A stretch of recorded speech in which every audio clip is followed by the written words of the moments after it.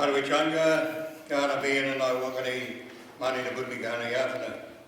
Iberico, Makalakala, Tandanya, Mianaku. Nature Yugandalia, Nature Yakandalia, Padniablu Wadu. Translating that, it's on behalf of the Ghana people, I welcome you all to Ghana country, and I do this ambassador of the Adelaide Plains people. My brothers, my sisters, let's walk together in harmony. I knew Viesturs for a long time, and he used to ring me up and say, "Is that the black note?" And I'd say, "Yes, is that the white note?" And he said, "We've got some plotting to do." And so we used to meet at the local hotel, we'd have a meal together and share philosophies and stories and ideas. He took me around the government house. We're going to do a little pass around the government house. He said, "Lewis, could you do in Ghana the word lizard crossing?" And I said, "Yes, I can. That's cultivarunta wayindi." Well, we really can't say crossing. We have to do two things. We have to say it goes to and fro. And so we used to plot and talk about different things and philosophies. And I told him one of our philosophies is that it's better to do something than nothing. And he used to write those little sayings down that I used to give him because he liked philosophy and he liked jokes. And I told him about Tommy Cooper. Tommy Cooper used to catch a taxi and then he'd say to the driver, "Drink on me," and he'd put a tea bag in the driver's pocket. And so he loved a joke, and I used to crack up at his laughter. He's like a donkey brain. And that's what he did. We chuckled together and it was great fun, and I could see he had made a lot of friends because that's what he was. He was a person that met lots of people and made friends of them. He saw the positive things in life, which is a rare thing for people to do. He's a wonderful man, and I'll miss him because I was friends for him for a long time, and I know he's here with us and plotting again. Thank you.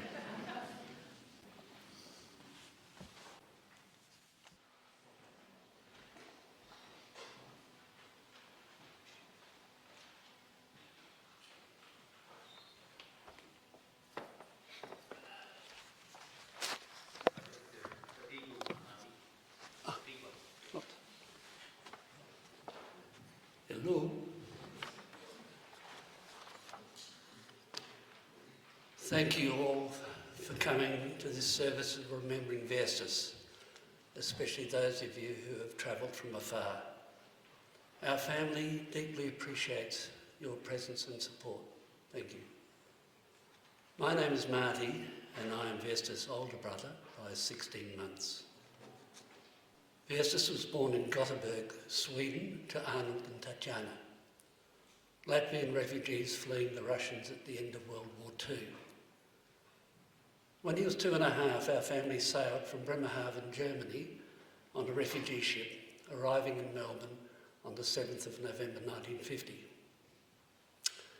After 6 weeks in Bonagilla, Viesturs and I went with our mother to a migrant camp in Mildura while Dad came to Adelaide to work in a textile factory and to find us a home. Over the next few years, we moved to Smithfield Migrant Hostel, Mitcham Lawn Lutheran Hostel, Rendles in St Peters and Matoa, Victoria, and then Smithfield again. It was in this time that Andy and Raymond were born. Finally, we were allocated a Fibro Housing Trust house in Mansfield Park, and that's where the family disintegrated, and our mother left the 4 boys aged 2 to 8, and Viesturs was 6. In his first 3 years in Australia, Viesturs moved 8 times.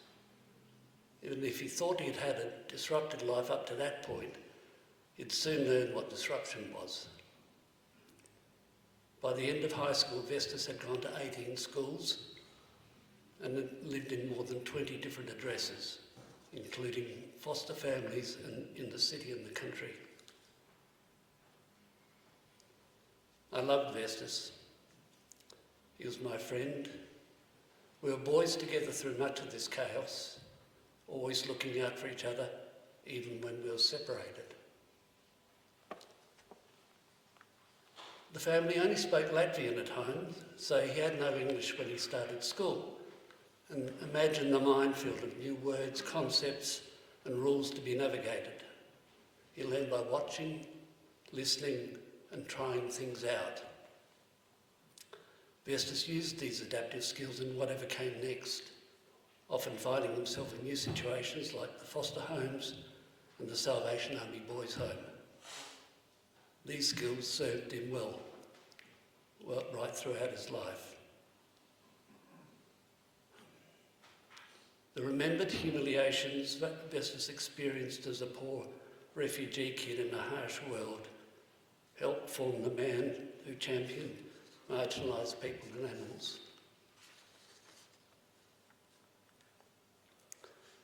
Many of his early encounters were with kind people, like those who fostered us and women in the Latvian networks, people who showed compassion when everything in his life was going crazy. Growing up in this incredibly diverse network, he heard many stories and learned to love telling them endlessly. The early gifts of generosity set in him a passion for sharing, not only things but ideas. He would discover a book that moved him in some way and then immediately go out and buy another copy and share it with friends and with strangers. His boyhood capacity for adventure was honed very early. He often reminisced about raiding the crazy farmer's creek for yabbies, helping steal a rifle to shoot up an abandoned farmhouse, collecting Coke bottles after footy matches at the oval behind our house and cashing them in next day. Gardening was in his genes. His maternal grandfather was an agronomist who had a farm in Latvia where our mother grew up, and she often shared stories of happy days in the countryside and forest. Our dad loved gardening and talked about spending time on his uncle's farm, looking after the cows and just being in nature. Dad worked to create a veggie garden in the Mansfield Park Desert, where we boys had to collect horse poo from the paddock in front of our house. Viesturs tried growing rock melons along the fence, but the neighbours' kids kept pulling them up. But he persisted and had his own veggie patch at school by year 7. In Lillecrap, he had a flock of homing pigeons, which he said kindled his love for animals. Many of the places we lived were on the edge, where the bush and open spaces were constant companions. Any day he wasn't at school, Viesturs and we brothers would be sent off to roam the paddocks and hills in places like Johnston, Mount Mary and Lillecrap. These places gave him peace. Throughout his life, he took inspiration from almost everyone he met. His idea for the Stepney Coffee Club, for instance, came from a friendship with disability activist Richard Llewellyn. They were great mates, and when Richard died, Viesturs realised how important connections were for men. So he conceived of the coffee club as a way of sustaining connections, and he was building those to the very end. Each of you have your own precious memories of times shared with a beautiful and unique man. I hope today gives you space to reflect and a space to celebrate his presence in your lives. Thank you.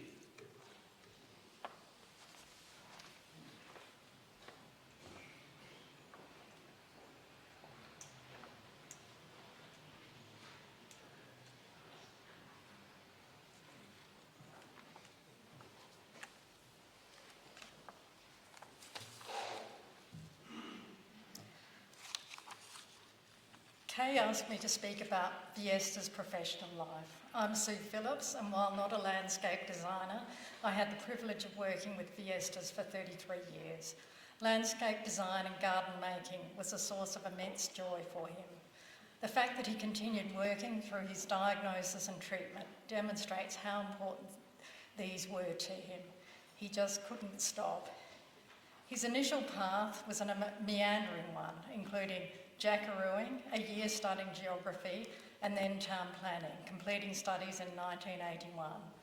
Prior to finishing his course, he had already chosen his future, to be a garden maker. At the time, there was no landscape architecture course in Adelaide, so he sought out a mentor, finding one in Ray Holiday. While they became partners, Viesturs always referred to Ray as his teacher. Some of the key projects they worked on together were the landscaping of West Lakes and the memorable avenue of ironbark trees along the Norwood Parade. After he and Ray went their separate ways, he worked for a time with Landscape Resources before starting his own practice in 1982.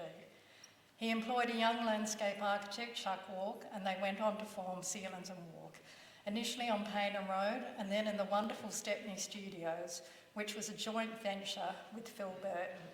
The creation of Stepney Studios was a unique achievement, a human-scaled work environment home to a rich mix of creative practices. Rachel Hurst recalls, Viesturs was welcoming from the get-go, always genial, always interested in what each of the tenants were doing, always assisting unobtrusively and making connections and giving us a sense of being a community. He was energetically but gently a creative impetus for the whole place. Friend and colleague Amanda Pryor describes working with him. He employed many students, new graduates and experienced designers, including landscape architects, horticulturalists, interior designers, architects, even a winemaker, and became an inspiring mentor, teacher, boss and friend to all. Cielens and Walk, in their 10 years working together, were Adelaide's biggest landscape practice, undertaking large commissions, including all of the landscaping at Golden Grove. With the dissolution of the partnership, Viesturs moved to Sydenham Road, Norwood, with many of his staff joining him. At the expiry of the lease, he made the difficult decision to downsize, enabling him to spend more time doing the things he loved, drawing, designing and garden making, with less management and administration, never his favourite tasks. He moved the office home, initially working from the enclosed front veranda and then creating a wonderful student at the rear of the garden. Visiting him always felt like an adventure into a magical world. Amma and Lorraine provided support for many years in this, his final iteration of practice. Hilary Hamnet, who worked with Viesturs over many years, described his talent. He was a natural designer and artist, from large-scale commercial and institutional commissions to small gardens and memorials. Viesturs was always inspired, not just by the spirit of place, but by the connections between the people, place and plants. He would attend to the finest details of construction, often appearing on site in his signature hat and overalls and wheeling a barrow. He made the most beautiful and evocative hand drawings, often illustrated with Lunic-type characters. He was deeply poetic, but also practical, a very rare combination. He loved nothing more than working on site. Viesturs with arms waving, conducting proceedings is an image that many of you will be familiar with. Viesturs' long commitment to his clients and their gardens is demonstrated by his work with Bronte Sterling and Margaret McGregor. With Bronte, he worked for almost 50 years, creating a garden in Mitcham, visiting every 6 months or so to monitor the garden's health and make adjustments. With Margaret, he created 5 gardens, including at her current home in Kensington and the family beach house on Kangaroo Island. These very different gardens responded equally to place and to Margaret. All his gardens were underpinned by his desire to get close to the person behind the garden. He loved the long-term friendships that evolved from garden commissions and the opportunity to revisit and continuously tweak their designs. Viesturs was a trailblazer involving artists in built and landscape projects. He was an advocate for art in public places as a member of the Arts SA Community Cultural Development Panel. He loved working with artists to reveal hidden narratives and untold stories. One of his most recognisable collaborations was with artists Alex Danko and Jude Wilson to create The Lie of the Land on the Sir Donald Bradman Drive, a series of beehive-shaped stone structures marking the western approach to Adelaide. Genuine consultation and co-design with communities underpinned all of Viesturs' public work. For the Border Town on the Move project, he and the design team set up a shopfront office to engage with the community. This was typical of his inclusive approach. He continued to work in the region for the rest of his career, with one of his final projects, the Columbarium at the Mundalla Cemetery.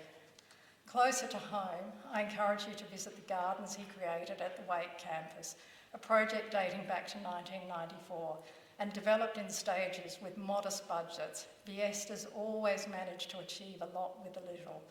Centred on Aubrey House, he designed a series of interlude gardens, including the Sensory Garden of Delight, the 20th Century Rose Garden, the Garden of Discovery and the Mallee Paddock. These gardens combined his interests, including making inclusive gardens for all, collaborating with artists and making his history visible by celebrating stories. One of the remarkable things about Viesturs was his ability to work with people from all walks of life. He was equally happy working on modest cottage gardens or at Government House. He had a deep understanding of the natural environment, geology, enormous respect for Aboriginal people who he loved learning from and collaborating with. He provided his services free of charge to community groups and was a passionate advocate and volunteer in the revegetation of St Peter's Billabong. He also regularly gave advice to anyone who asked, requesting only a cup of tea for his services. Viesturs loved educating and sharing knowledge. He taught at both the South Australian Institute of Technology and the University of Adelaide, as well as giving many talks, most recently at the State Library as part of the Lust for Lifestyle exhibition curated by James Curry. He also organised exhibitions. An important milestone was the Time, Spirit, Place exhibition in 1989, undertaken with his partner Kay Johnston and artist Kate Brakey. The exhibition focused on 12 South Australian women garden makers. The beautiful handmade books that he created for each garden were a centrepiece. 3 of these books are on display in the church hall next door. While Viesturs never sought recognition, in his early years of practice with Ray Holiday and later Cielens and Walk, their projects received many awards, including 8 Civic Trust Awards and 8 commendations. His importance was recognised nationally when he was one of 19 garden designers chosen by Anne Latray for her book Garden Voices, Australian Designers, Their Stories. Anne selected the designers on the basis that they value their surroundings and the available resources. They have a sense of place and are more interested in fit than fashion. Viesturs was thrilled to be included with Edna Walling, one of his heroes. Rather than recognition, Viesturs preferred anonymity, and to quote from the man himself on garden design, "One should always lay the next layer. A garden is a continuum, not a creation in the moment, and I prefer my work to be a small mystery in time." From a personal perspective, Viesturs was instrumental in the establishment of our architectural practice, encouraging us to partner with artist Roger Noakes for an Art in Public Places project back in 1992.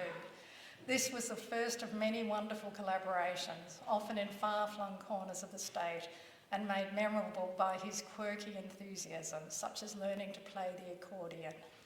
He was a mentor full of wisdom, empathy and humour. We loved his laugh, and our children, when very young, appropriately called him Funny Viesturs. He was always there for us in work and family life, a dear, dear friend who will be greatly missed. I'd like to finish with 3 short quotes, the first from Amanda Pryor. His knowledge of trees and plants, stone, water, light, art, sculpture and the built form was unique. He was one of a kind. The second from academic Dr. David Jones. While gardens were his mantra, his real magic was in bringing the spirit of South Australian stone to life in his projects, as witnessed at Loreto College and The Lie of the Land. And finally, a line from a book that for me captured Viesturs' spirit. "Beauty is nothing without love and generosity. Viesturs gave us beauty, love and generosity in abundance, and our lives are the richer for his time with us." As a fitting tribute, the State Library today posted a short film that he made with James Curry on the Dolly Garden. I'll now hand over to Neil Lillecrap. Thank you.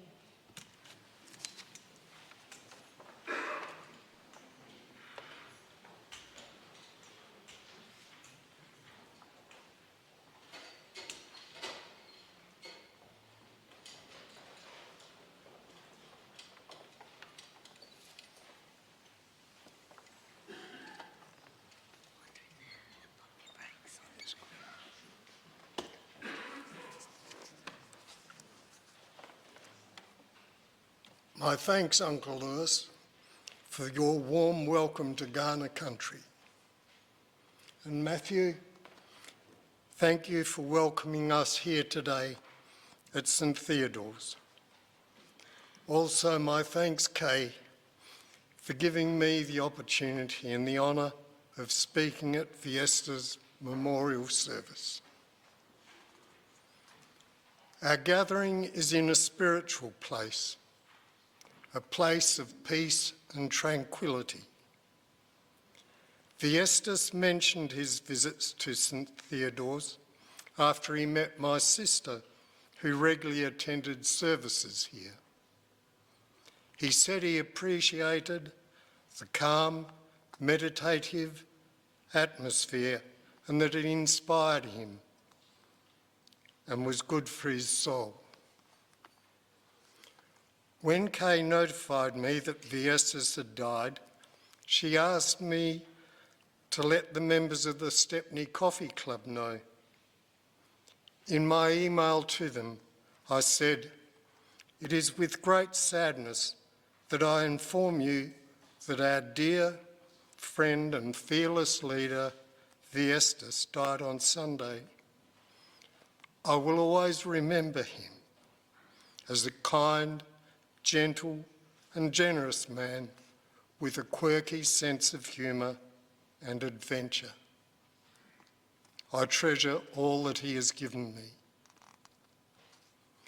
Initiated by Viesturs, the Coffee Club kicked off in 2005 and now has a casual membership of some 18 or so men from different backgrounds and walks of life. In 2009, Viesturs asked me to be the coordinator. In the early years, we met irregularly and at different venues. Becoming set in our ways, as older men might, we now meet on a monthly basis at the same place. Occasionally, however, Viesturs would be so inspired by our newly found venue that he would insist we must go there. A recent example was Bar Madrid on Nord Parade. I checked it out and noticed it had 2 enormously high steps at the entrance. Viesturs says, "Don't worry, Neil, I'll make a ramp."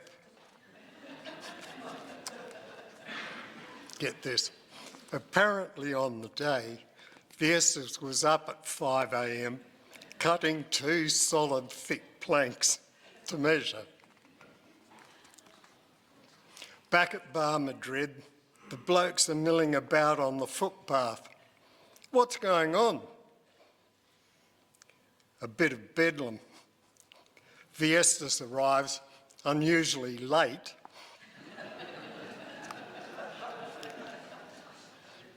I, the errant pirate, wield the plank. Presto, another memorable Viesturs-inspired adventure. You can't help but love a man like that. There'll be some photos of this and other events for you to view a little later. So amongst the qualities I've already mentioned, Viesturs was delightfully quirky, always present, and very much alive. He loved his life and enjoyed nothing more than to share it. I am privileged to have known him and to have had him as a friend. And while I'm sure my fellow coffee clubbers will miss his beautiful presence at our gatherings, his spirit will forever remain amongst us. He will not be forgotten. Vale Viesturs Cielens.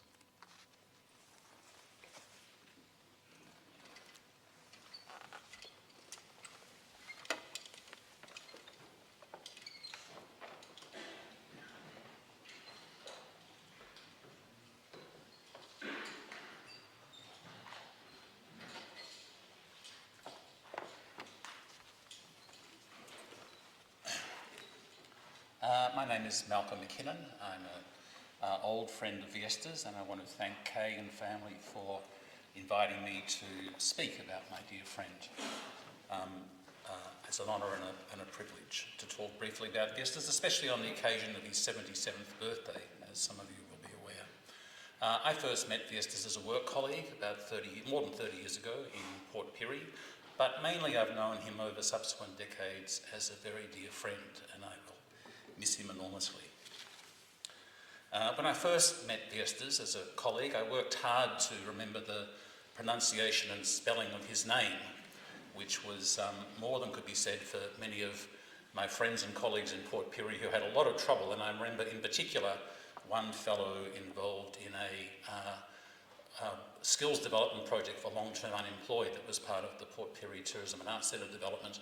The closest he could ever get to Viesturs was Casper, and as frequently as I would point out that Viesturs' name was actually Viesturs, he'd say, "Yeah, Casper."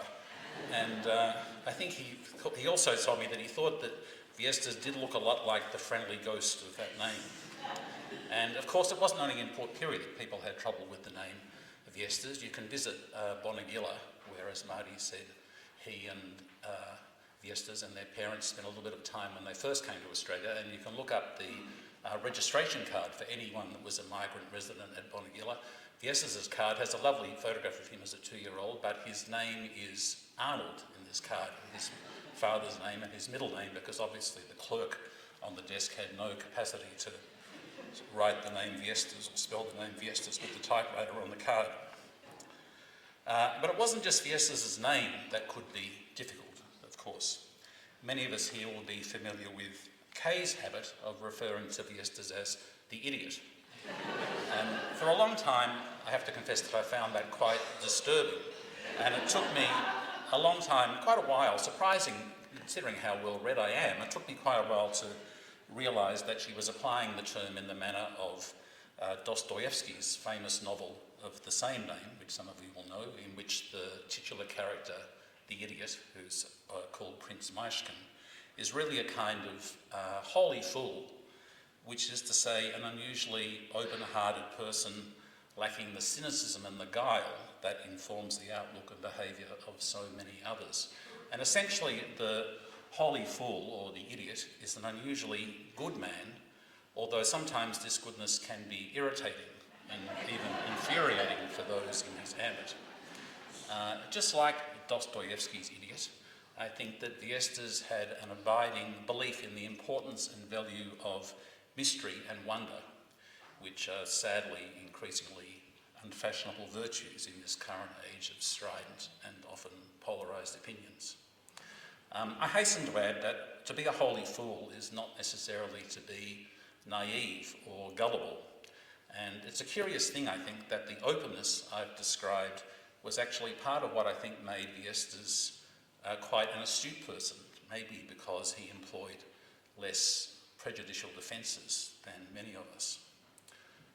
As most of us here know well, Viesturs was characteristically generous, curious, gregarious, and playful. In fact, often he would make us laugh at things that were funny mainly because he found them to be funny. And I was often delighted in his good humour, even though I often didn't really understand the joke in question. Viesturs was also, as has been said previously, a very modest person, which I think is another sadly unfashionable virtue. Viesturs, as we know, worked in the world of gardens, and of course gardens are never static and are never finished, which means that the design and the creation of a garden is not something that one simply does and walks away from. Viesturs, as any of us who have worked with him will know, was always committed to the long game, which often seemed like, and actually at a fundamental level literally is, the never-ending game. This could be frustrating to many of us, desirous as we often are to move things along, or indeed to move on to the next thing. Viesturs could sorely try our patience, or, to put it another way, he could sorely challenge our unreasonable impatience. In short, Viesturs often seemed to regard time as something less fixed and more fluid than most of us. Viesturs and I shared an affection for the books of Gerald Murnane, a writer whose eccentricities, I think, resonate a lot with Viesturs' own. So I'll finish with a quote from Gerald Murnane that I think seems relevant to Viesturs' abiding spirit. In all the world there has never been, there is not, and there will never be any such thing as time. There is only place. What people call time is only place after place. Eternity is here already, and it has no mystery about it. Eternity is just another name for this endless scenery where we wander from one place to another. Thank you.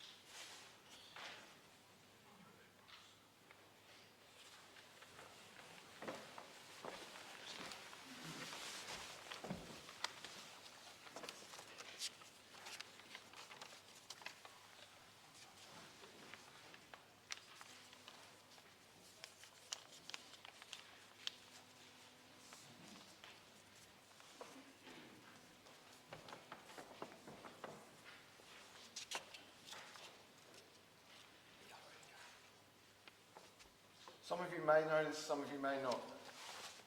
I am the son of Viesturs, his first son. I feel like my father was an enigma. A mystery in a riddle, I guess. He was also a gardener, and he planted things. The other day, for the first time, I read a book he was in. In that book, I read words that he wrote. Those words were describing gardens, much as Malcom had said. The other key element I discovered was that his philosophy is a garden is a thing that you must listen to, and it directs you. I was instructed today to read a poem, not of my choosing. It felt like an impossibility to tell you anything that was not given to me as an instruction. The thing about me, if you know my name, is that if you tell me something is impossible, it really isn't. The poem that I was told to tell you about, I did read, but it's not my words. The poem is called No End Point. If you are curious about it, the author's name is Muso Soseki, a Buddhist Zen master.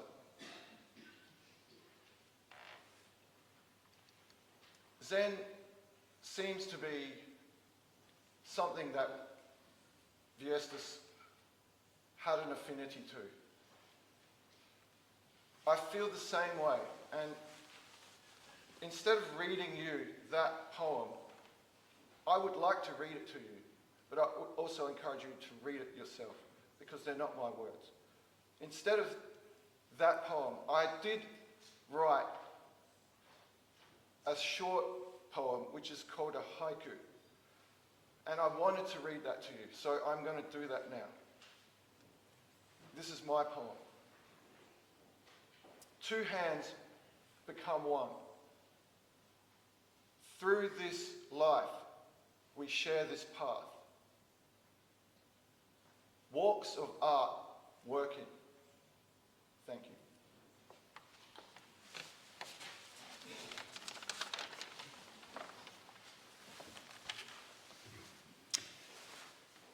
Our dad and our friend was truly one of a kind. There are no words that can encapsulate him. However, I wanted to share a few with you all today, many of which I think a lot of people in this room can relate to, and I ask as I list them, you all reflect upon these in your own unique way. Kind, curious, creative, unique, eccentric, collector, collaborator, artist, activist, gardener, stonemason, visionary, potter, brewer, sower, gatherer, inspiration, resilient, humble, fair, spiritual, funny, passionate, storyteller, poet, selfless, generous, optimist, friend, partner, brother, son, grandpa, father, and always late. Dad will be missed by all. Today we farewell an incredible human being, but there's no doubt that his spirit will continue to live with us forever. Through all of the special people here who all played a huge part in his remarkable life, the art he created, the knowledge he shared with us all, and the experiences we all shared with Viesturs.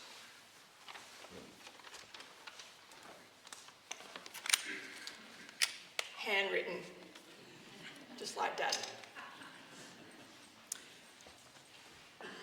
Dad was a man of many hats, both literally and metaphorically.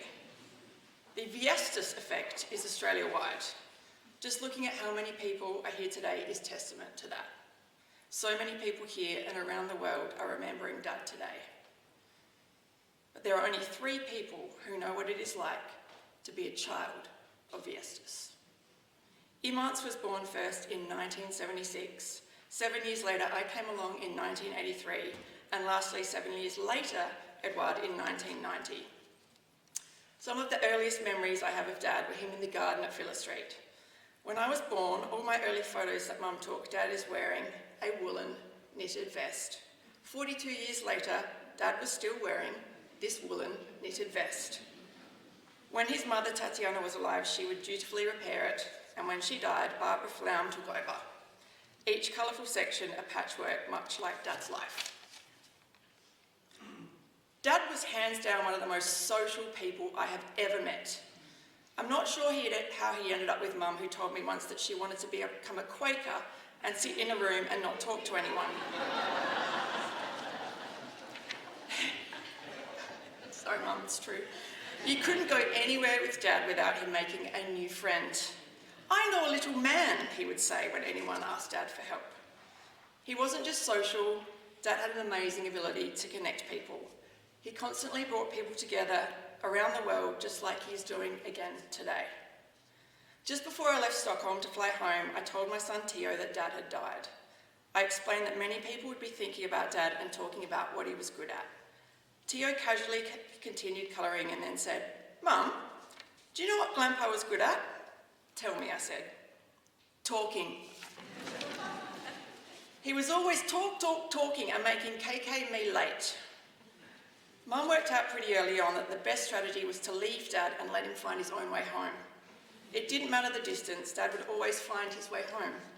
Usually after making several stops on the way and often coming around the back in the dark with bags and boxes full of things we absolutely didn't need. Organic oranges, pieces of wood, frozen prawns, rocks. Dad was generous beyond belief. He always had time for everyone because he didn't follow the linear pattern of time, which was often infuriating. Many of you have all been on the other end of Dad's timing. He arrived 2 hours late or didn't arrive at all. Time didn't apply to Dad. He had his own time zone, and no matter how hard we all tried, nothing whatsoever could change it. As a dad, he taught me so many things about how to be a human being. Humanity is a verb, and in Dad's case, it couldn't be more true. Dad was an amazing human. His ability to help others, work for free, and create some of the most beautiful gardens and spaces was incredible. Dad never hung tickets on himself. He was one of the most humble and down-to-earth people I will probably ever meet in my lifetime. No cause was too great or small for Dad. Going through his bank statements recently, I saw just how many charities and causes Dad supported. If someone needed help, Dad was there. If someone didn't need help, Dad was still there, whether he was invited or not.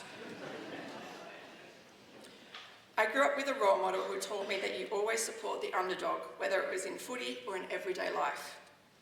I have carried this with me and will continue to do so for the rest of my life. There are many fond memories to reminisce about Dad. At the US-Mexico border at Rio Grande, heading into Texas, Dad was in a car with Mum. He had been warned several times under no circumstances was he to make any jokes.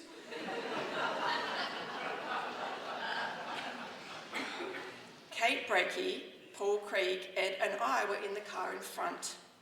When the border police stopped Dad's car, he cheerfully said, "I have a Mexican in the boot."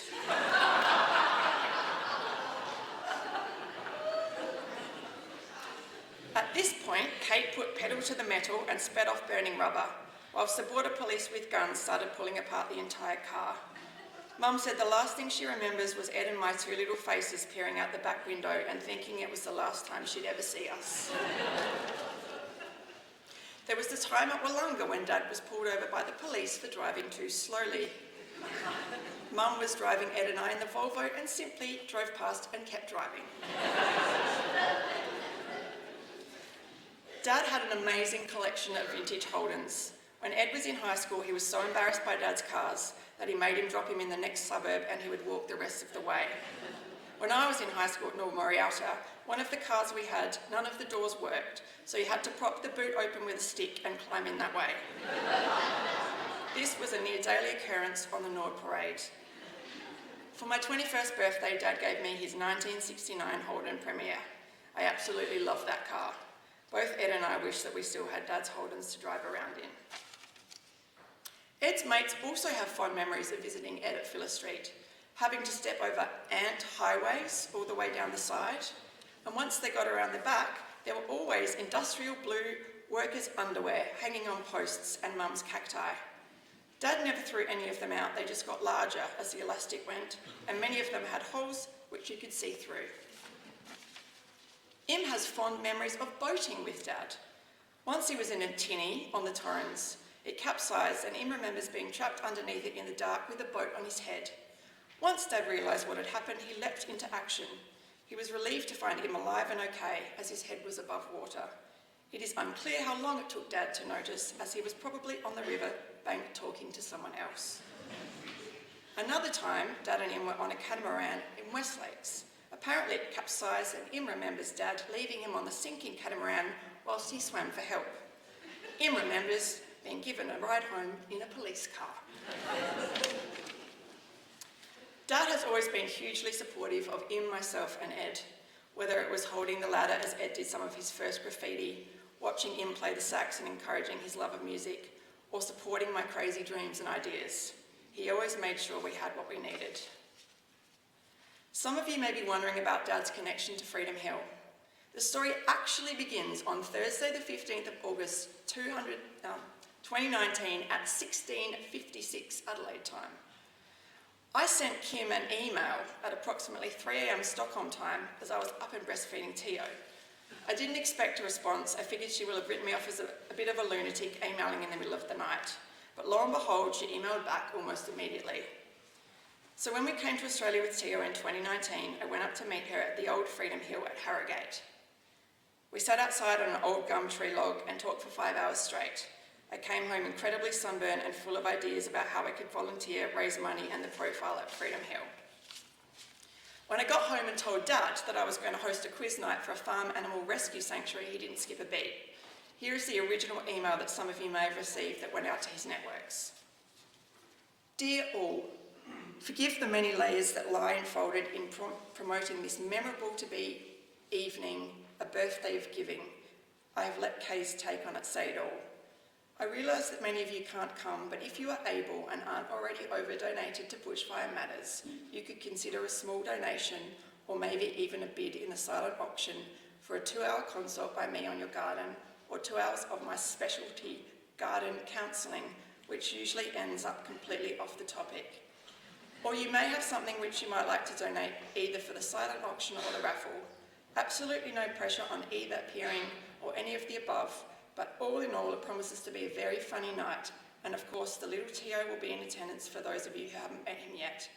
I will be in attendance also for those of you that have borne a year of Lunix birds and sticking and not cited the author. As always, fond wishes, Viesturs. P.S. If any of the layers are confusing, you can give me a call on 0407 603 215. The quiz night was a raging success, and thanks to Dad's silent auction and various other things, we raised over $6,000 on the night for Freedom Hill. Freedom Hill Sanctuary is now at Brinkley, and last count, I think on Sunday, there are currently 274 residents. Yep, I'm getting the nod. It is run purely by volunteers, donations, and the grit of founders Kim and Richard and their second in charge, Padma. It also happens to be the home of Mum's rescue donkey, May, that I got her for her 70th birthday, but that's a story for another day. I know that people from all around the world have donated on Dad's behalf, and we thank you from the bottom of our hearts. I became a Latvian citizen in 2017, and to this day remain the only Latvian citizen in our family to date. It was not through my patriotic roots, but rather I needed a fast way to enter Sweden to live with my fiancé at the time. I have been to Latvia twice to try and understand that part of my heritage. When I went to Latvia, I understood why Dad was the way he was, why he kept every stick and stone he has ever found. He is part peasant, waste not, want not, part hoarder, have you seen our backyard, and part project. Every piece of wood, metal or stone is flagged for a future project.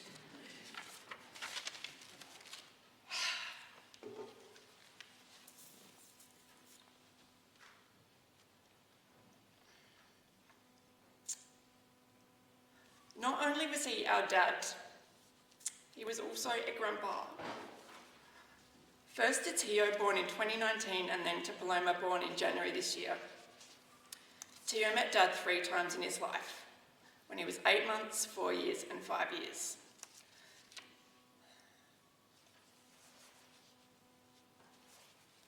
We were so fortunate that in July, Ed, Flo and Paloma flew in from LA and me from Stockholm.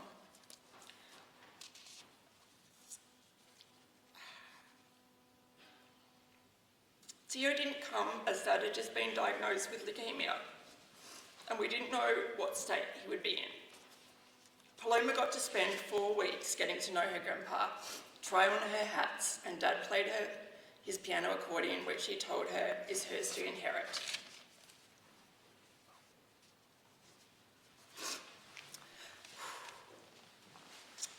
When Tio was little, he couldn't pronounce the letter R, so Grandpa became Glampa.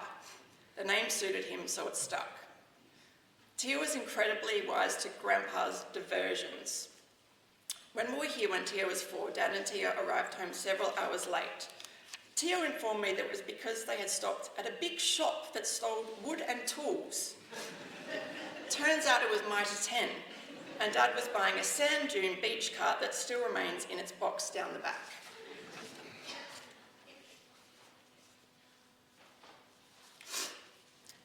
Mum and Dad's relationship was unique.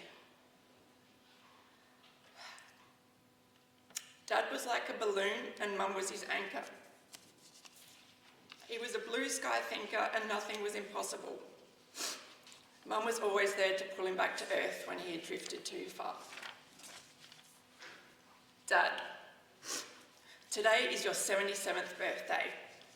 You spent 49 of those years with him, 46 years with Mum, 42 years with me, 35 years with Ed, 6 years with Tio, and 8 months with Paloma.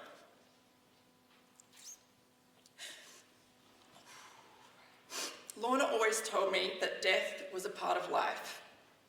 I believe the earth, the universe, nature is all connected in ways we may never fully understand. Wherever you are, your spirit is all around us. I feel you every day.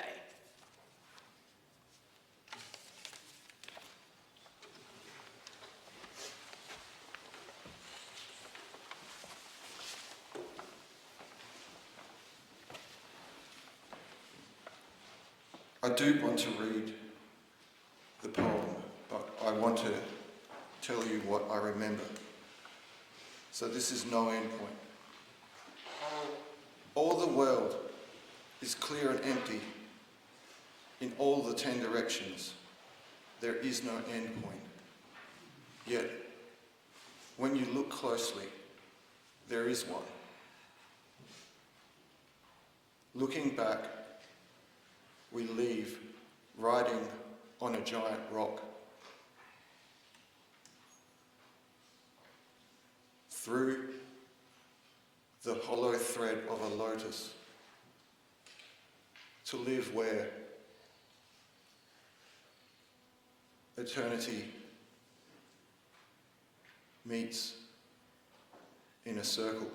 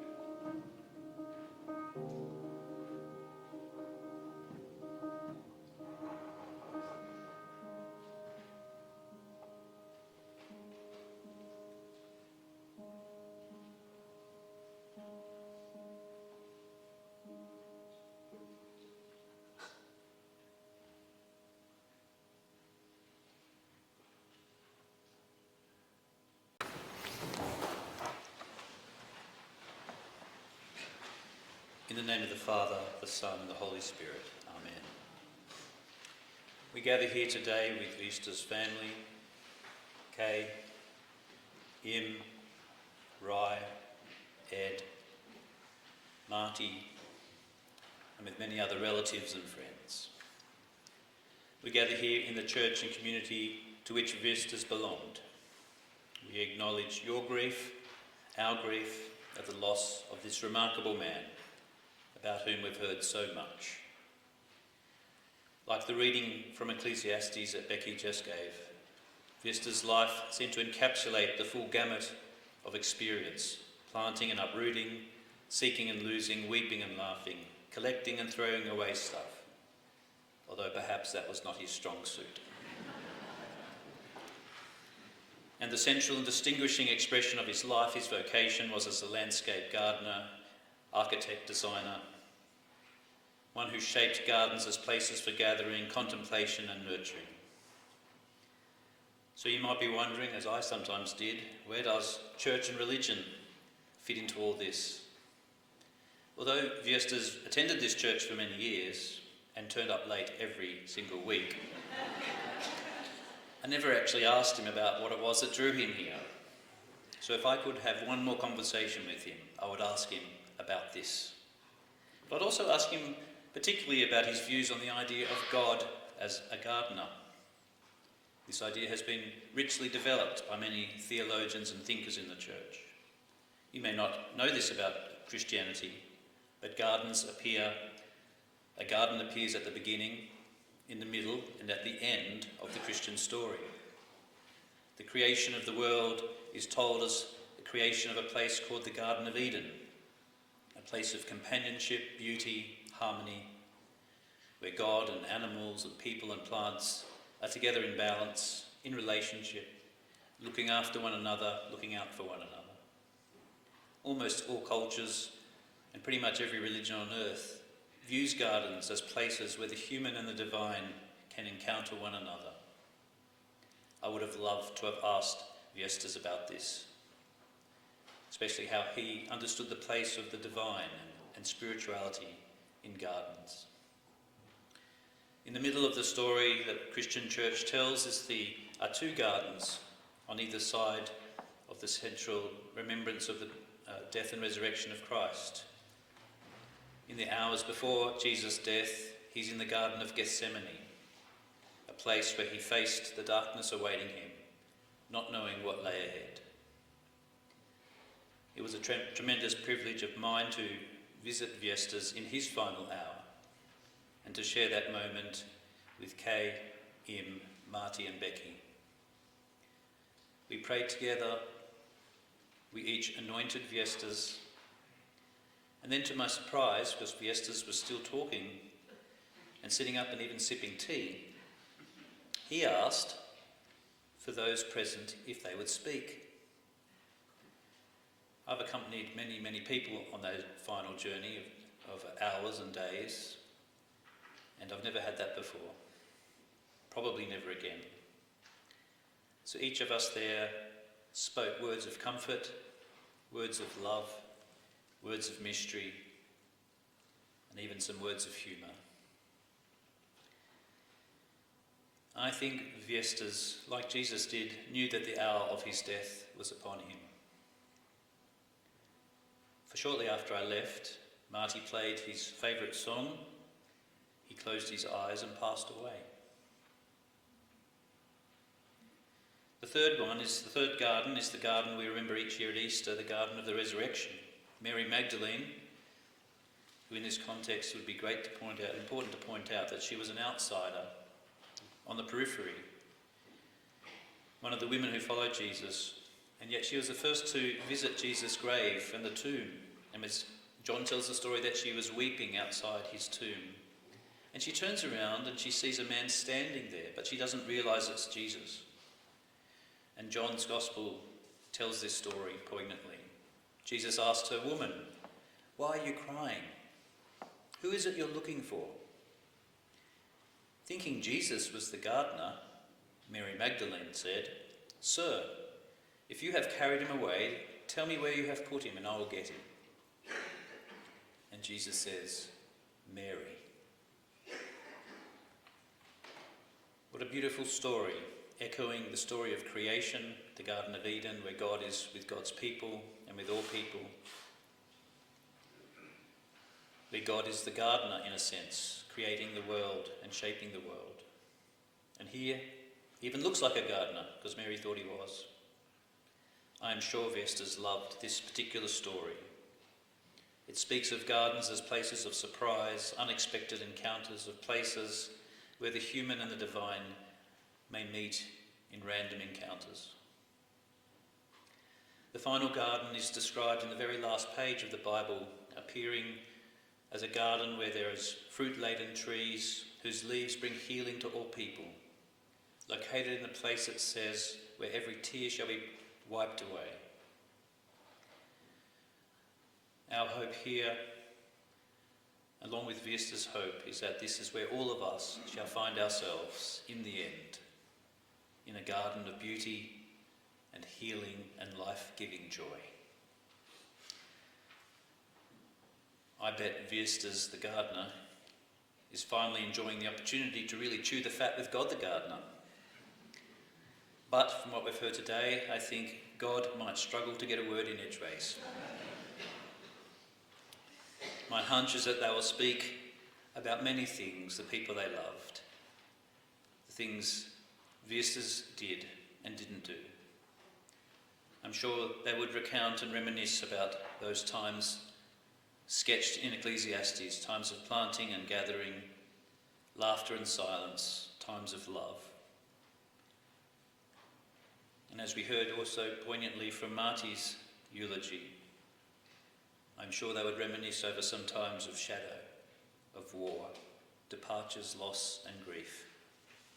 Because they too are part of all our stories, of God's story, of Viesturs' story. What would a garden be without shadow and light, night and day, summer and winter? What would a life be?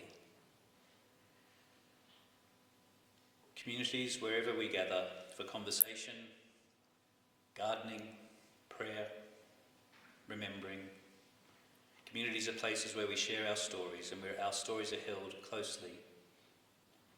Kay, Im, Ed, Marty, Rai,